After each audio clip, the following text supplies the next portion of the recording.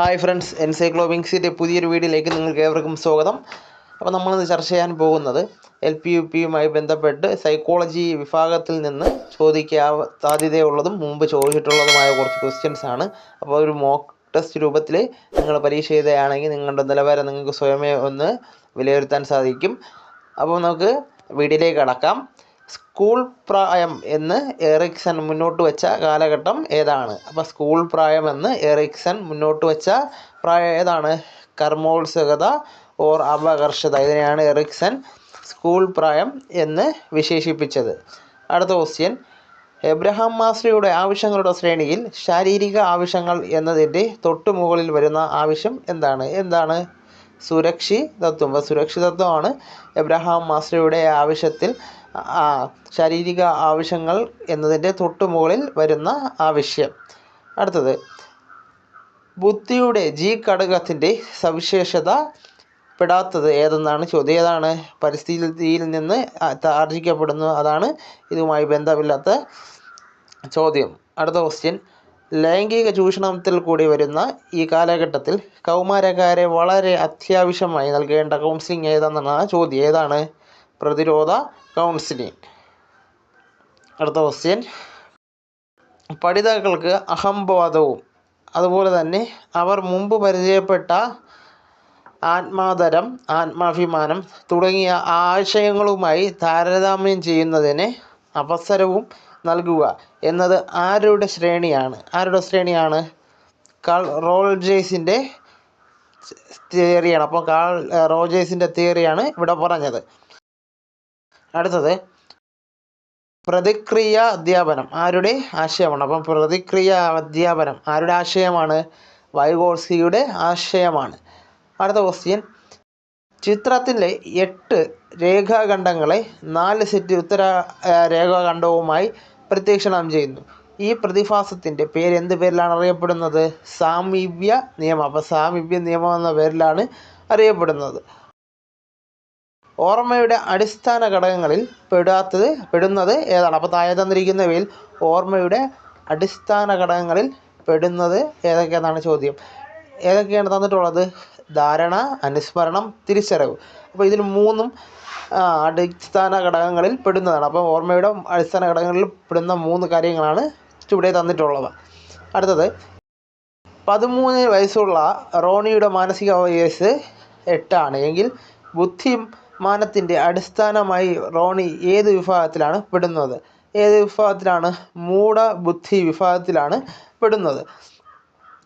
അടുത്ത ക്വസ്റ്റ്യൻ, ക്രിയാ ഗവേഷണത്തിൻ്റെ ഉപജ്ഞാതാവ് ആരാണ്? അപ്പോൾ ക്രിയാ ഗവേഷണത്തിൻ്റെ ഉപജ്ഞാതാവായി അറിയപ്പെടുന്ന ആരാണ്? സ്റ്റീഫൻ എം കോറിയാണ് അറിയപ്പെടുന്നത്.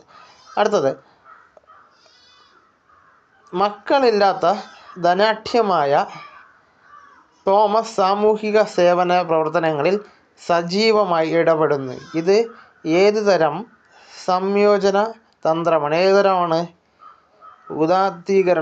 ഉദാത്മീകരണത്തിൻ്റെ ചിന്തനമാണ്. അപ്പം മക്കളില്ലാത്ത ധനാഢ്യനായ തോമസ് സാമൂഹിക സേവന പ്രവർത്തനങ്ങളിൽ സജീവമായി ഇടപെടുന്നു. ഇത് ഏത് തരം സമയോജനമെന്ന് ചോദിച്ചാൽ ഏതാണ്? ഉദാത്തീകരണം. അടുത്ത ക്വസ്റ്റ്യൻ നമുക്ക് നോക്കാം. ആശയ രൂപീകരണത്തിൻ്റെ പ്രക്രിയയുടെ ഘട്ടങ്ങൾ താഴെ പറയുന്നവയിൽ ഏതാണ്? സംവേദനം, പ്രത്യക്ഷണം, വർഗീകരണം, സാമാന്യവൽക്കരണം. ഇതാണ് ആശയ രൂപീകരണത്തിൻ്റെ പ്രക്രിയ ഘട്ടങ്ങൾ എന്ന് പറയുന്നത്. താഴെ കൊടുത്തിരിക്കുന്നവയിൽ കൂട്ടത്തിൽപ്പെടാത്തത് ആരാണ്? മാക്സ് വെർദിമറാണ് കൂട്ടത്തിൽപ്പെടാത്തത്. ഒന്നുകൂടെ പറയാം. താഴെ കൊടുത്തിരിക്കുന്നവയിൽ കൂട്ടത്തിൽപ്പെടാത്തത് ആരാണ്? മാക്സ് വെർദിമറാണ് കൂട്ടത്തിൽപ്പെടാത്തത്. John Mayer, Daniel Goleman, Peter Salovey ഇതെല്ലാം ഒരേ മനഃശാസ്ത്ര പണ്ഡിതരാണെന്ന് നമുക്ക് മനസ്സിലാക്കാം. അടുത്തത്, മനുഷ്യ മനസ്സിലെ പോലീസ് എന്നറിയപ്പെടുന്ന ഏതാണ്? അഹം. അപ്പോൾ മനുഷ്യ മനസ്സിലെ പോലീസ് എന്നറിയപ്പെടുന്ന ഏതാണ്? അഹം.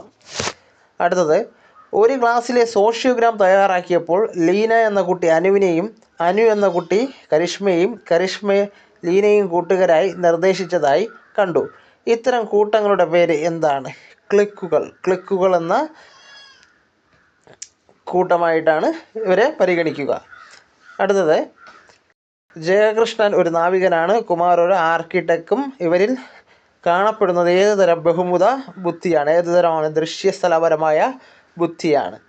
അടുത്ത ക്വസ്റ്റ്യൻ, ജീൻ പിയാഷെയുടെ അഭിപ്രായത്തിൽ ഞാൻ കരഞ്ഞാൽ അമ്മ വരും, വസ്തുക്കൾ താഴെ ഇട്ടാൽ ഒച്ചയുണ്ടാവും എന്നിങ്ങനെ കാര്യധാരണകളെ സംബന്ധിച്ച് ആദ്യ ധാരണ ഉടലെടുക്കുന്ന വൈജ്ഞാനിക ഘട്ടം ഏതെന്നാണ് ചോദ്യം. ഏതാണ്? സംവേദജാലക ഘട്ടമാണ്.